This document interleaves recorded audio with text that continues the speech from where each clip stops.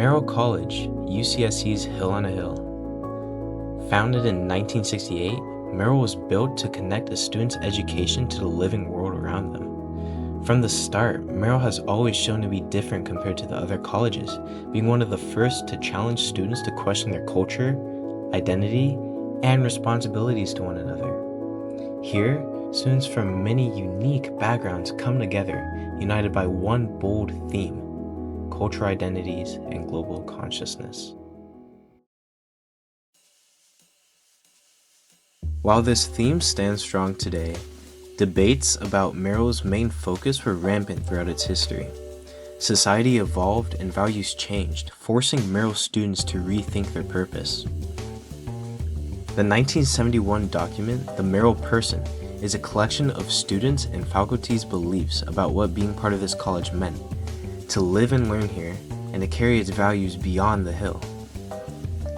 That was more than 50 years ago. Yet, that question still remains today. What does it mean to be a Merrill person now? In this project, we will explore Merrill's identity through its history, its people, and its ever-evolving vision. We'll question the students and leaders that keep this college alive, learning their views on what it means to be here. Because Merrill isn't just a college on a hill. It's a reflection of the real world, how it's diverse, complex, and forever changing.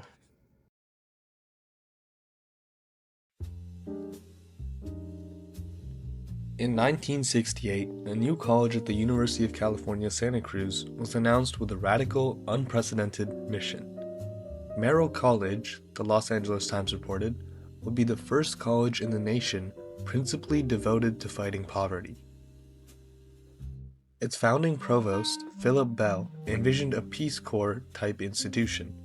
Students would study the Third World, defined then as countries outside of the US, Europe, and Russia, and then engage in full-time fieldwork, from Upper Volta or Peru to working with migrant laborers in California. But this idealistic vision, formed in 1968, would not survive its first few years. This is the story of Merrill College's foundational crisis. The first challenge was a profound contradiction. The UCSC campus was, and is, a place of stunning natural beauty. An ivory tower set in redwood trees overlooking the Pacific.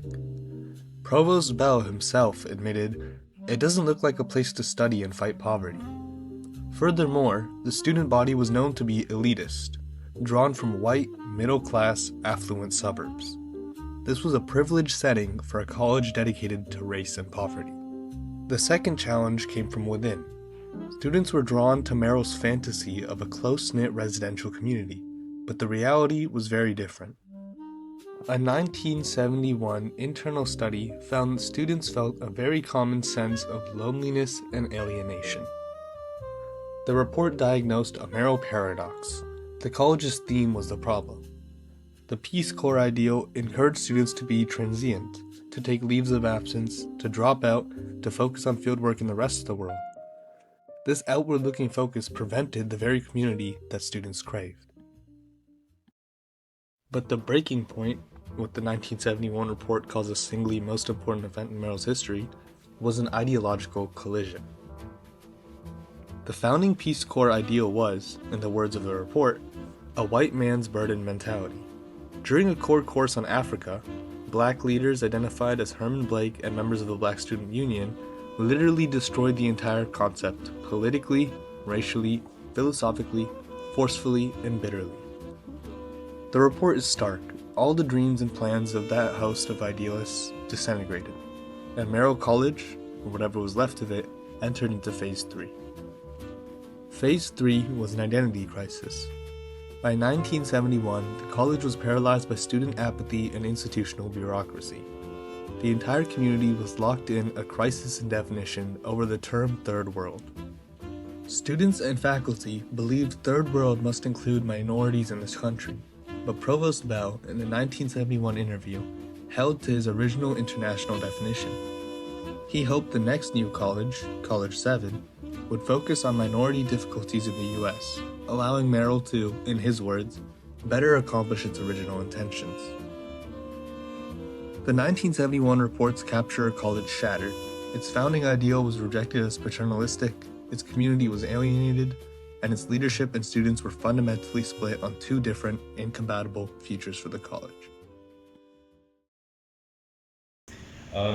Okay, do you want to introduce yourself first? Yeah, I'll give a quick elevator speech, I guess. Awesome. My name is Jason. I'm a fourth year here at UC Santa Cruz. I'm studying business management, economics, legal studies, intensive psych, and cognitive science. And yeah, I'm pretty involved in Merrill, which is what this interview is about, and a few other ways around campus as well. But that's all for me for now. Alright, so first can you start off by introducing yourself? I'm Christian. I'm from China. I'm studying UCSC in international student. Yeah. What does being part of Merrill College mean to you personally? Being part of Merrill College, I think for doing so much here, I think being part of Merrill College is something I really appreciate and I'm really grateful for, because obviously I couldn't do this anywhere else because I've already lived my life here in Merrill, so I don't really know much else. But I'm really grateful for the people I've met here, especially this year, like meeting students like you who are like, who I think are a lot more in tune with what Merrill College is. When I started out, I think a majority of my cohort didn't really care much about the college itself, and they didn't understand the history, they didn't understand what our core course was about, because I would say it's a completely different core course now. Merrill College, so nice. I met a lot of friends in this college, and I had a really good experience with friends and good living experience in Merrill College. Yeah. Create a world that is sturdy enough, that is strong enough to hold and sustain and support all of us in our diversity. And us, I mean not just human beings, but I mean plants and animals, all the beings, and also the material aspects of Earth. Because guess what? We all need one another.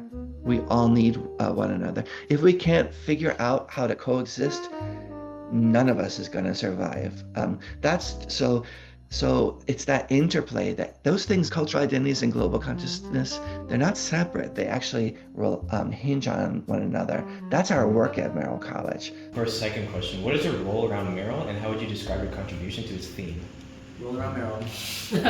Okay, I'll start off with what I first started in, which was Merrill Student Government. So I first started as a secretary at the end of my first year. Actually, I don't know if much people know either this, but the core board, we're the highest paid core board of the entire, every other student government. No way. Yes. But with that though, I do believe we should have more responsibility to put more time into it. But yeah, that was my first role. I was basically just taking the notes for meetings, and I was also scheduling presentations. So when student boards came in and they needed money, then I would be the one to set it up with them. Right. And I started this project from, but I'm not really sure. But yeah, I think interviewing with them and talking with them, I got all their perspectives. Now you're From getting first the year to fourth year. Yeah. Yes, yeah. Nice. It's like a normal resident in Merrill College, but I met the people from different countries, so I'm glad to have like such experience with them, because different culture, good, very good. And we have a lot to say. Like I'm from China, so I can talk to them about the living style in China. The beautiful spaces that we all share. So I'm part of a team that includes the staff people in residential education and college student life, including your RAs. I also work closely with the Merrill College advising team. I work with the people who make our college beautiful and who repair things when they break down, who work in the dining hall. I'm the professor who, when you can't get into your mailbox, I'm there to help you. When you need an advising question or you have a question about your major, I'm here to help you. For a third question, what qualities or experiences may define a Merrill person? And would you consider yourself an example of a Merrill person? Yeah, I would consider anyone who's a part of Merrill, whether they're affiliated or just live here, to be a Merrill person. You're holding that camera pretty stable. But yeah, I think a Merrill person, to describe them, I'd say that they're very friendly. That's a word I always use, especially for when everyone asks me to describe Merrill, just because this year, when I've spoken with so many Merrill first years, they're all so open to talking with me, and they're very open to just like explaining their experiences or telling them their issues, and I'm kind of the one who might provide them advice or just connect them with. Merrill Person really kind, really generous, really open. We got different people, so we should be open and accept different culture. That's really good, really good, good. UC Santa Cruz. So if there's ever a course that enables you to make connections and build a support network with fellow students, it's gonna be Merrill One. And people make friendships and connections in Merrill One that last them their entire time through UC Santa Cruz and beyond. And those are not just nice things, they're things that all of us need if we're gonna do things like graduate. For a fourth question, have you had any experiences that made you feel connected to Merrill? And were there experiences that strayed you apart from Merrill? Okay, nuance. So I would say for experiences that connected me to Merrill, definitely be the choral course, just because I was like, I've never been so involved in something that, like, you know, I feel like I'm so old here because a lot of my friends either transferred or they graduated in their third year. So I don't really see a lot of fourth years like me anymore, especially on campus. And I feel like, okay, it's a little weird for me just because I feel like so much changes in college, and I don't feel like I relate to myself at all when I was a first year. Well, a little bit sometimes, but I don't want it to be like all my friends are freshmen. That's kind of like what. But I would say as years go on, like my first year I met a lot of my friends in Merrill. In my second year, I met a lot of my friends in my classes and my clubs, and also government for one. But a lot of them end up transferring. A lot of them end up transferring. So it's been hard to reset every year, especially my third year when I met all sorts of different people. At the end of my third year, half my friends transferred, the other half graduated. Yeah, of course.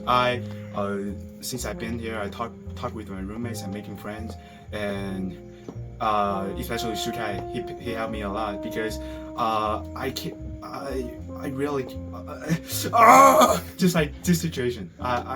I sometimes can organize my word into a whole sentence in English. So Shukai can speak Mandarin, so he really helped me a lot. And yeah, and Sulov and Chris, they talk really. We have good interaction with each other. Sometimes somebody says something really rude to me because I'm not a part of the United States. I'm from China, but I mean United States is like a diverse country. They got a lot of people from different country, and they got different race. But in China, we only got Han, right? So, I mean, it's different experiences to me. So, appreciate this experience. So, yeah. Out to me and said, hey, I want to take you to my college. It's really important to me. And the first place that she wanted to take me on campus and at Merrill College was the Merrill Moat. And she shared with me the history of the Merrill Moat. She showed to me a mural that was particularly important to her. And that was really moving and emotional for me because I had been teaching students at UC Santa Cruz, but I had not yet met a single UC Santa Cruz student in person. I only saw people on screens. And for me, meeting people in person, teaching students in person, that's my favorite thing. And so that gave me an opportunity to feel a connection, to feel the presence of students, like the students were there, even if they weren't there in person.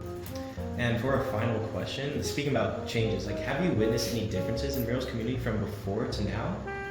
And how do you hope Merrill's community will change in the future?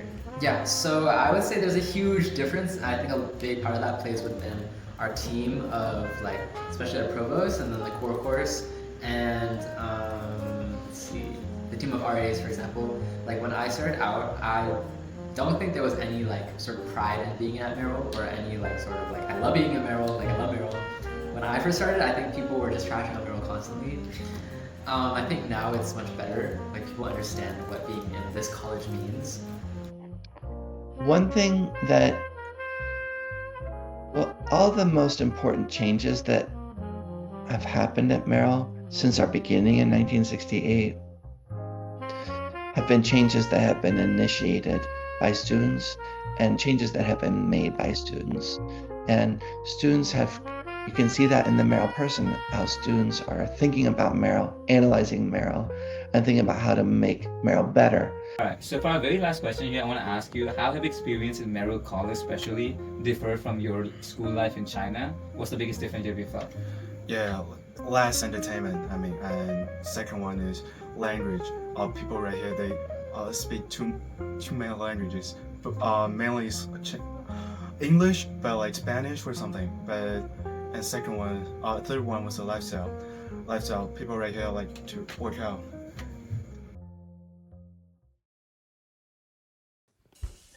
When Merrill College opened in 1968, it asked many big questions. We wondered, how do we connect who we are, our cultures, our identities, our values, to the larger world around us? And most of all, what is our purpose at Merrill? Who is the Merrill person? Our research showed that Merrill began with strong ambitions, originally wanting to challenge poverty, prejudice, and inequality. It pioneered the curriculum, initiating teaching that goes beyond science and engineering, and bringing the scope into the world's social issues. While it was created to prepare students for the outside world, it also struggled to build a strong community within.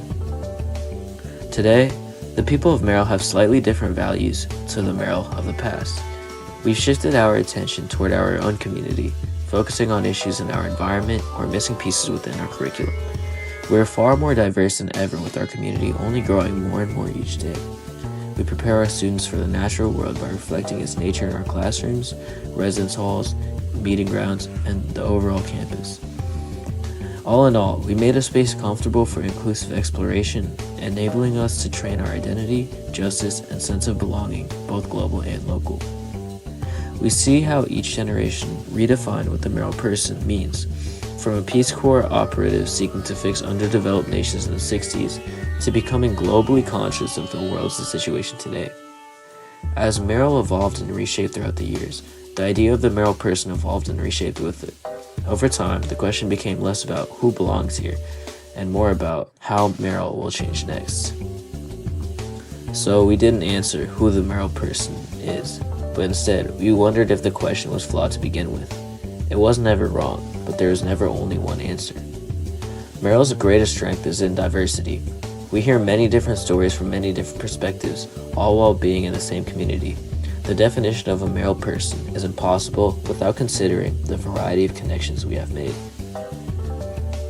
Merrill's other greatest strength is in adaptability.